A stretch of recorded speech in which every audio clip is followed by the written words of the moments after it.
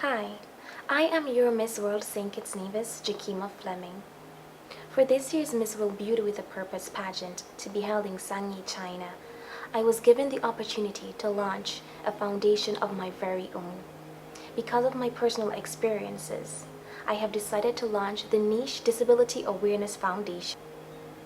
The name was derived from the very essence of what a niche is. A niche is an environment where organisms are able to live and adapt. The name was also derived from one of my very own name, Nichelle. The last census conducted in my federation was in 2010. After the census was conducted, it was discovered that there are over 2,500 persons who are living in our federation who are suffering from disabilities. It was also brought to our attention that these individuals are not given equal opportunities to better themselves.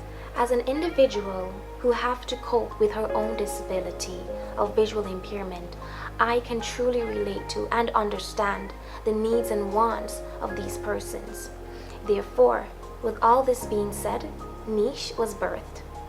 The main objective of Niche was to bridge the gap that separates the two societies that are here, the disabled and the abled. We first did this through conducting investigations through the St. Kitts NEVIS Association for Persons Who Are Disabled and the St. Kitts NEVIS Society for the Blind. We also lobbied with our government and private sectors to see what can be done to help.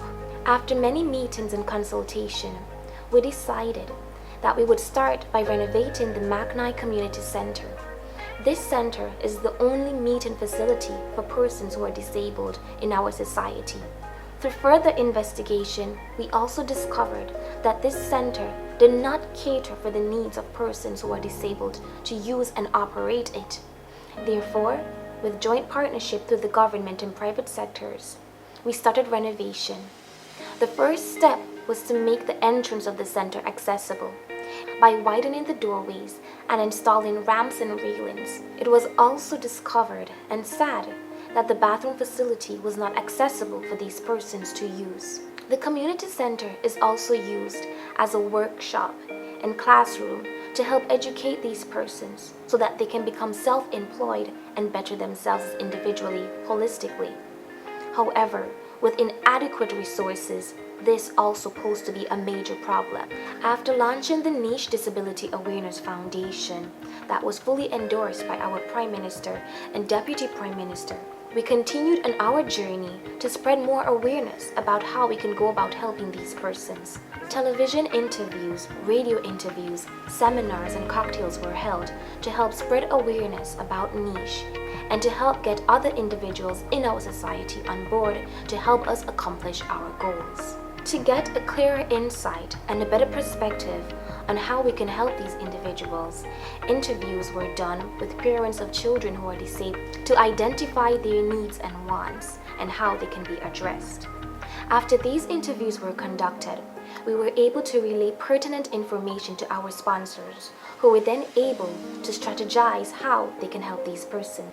We relayed this information to one of our major sponsors, the cable television network, and they have decided to give these individuals free internet access and gadgets to use this way.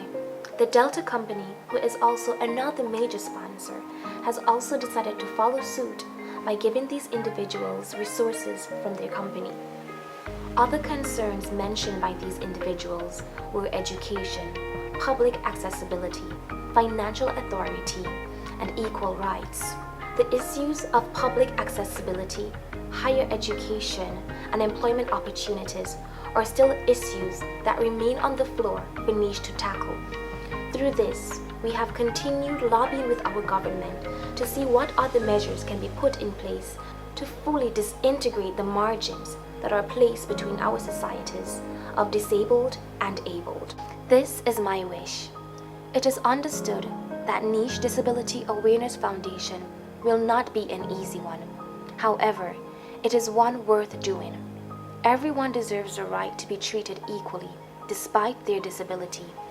As one who has her own disability to cope with, I understand that when the people around you are not willing to comply to help you or guide you, but instead look at you as though you're a bother and a burden.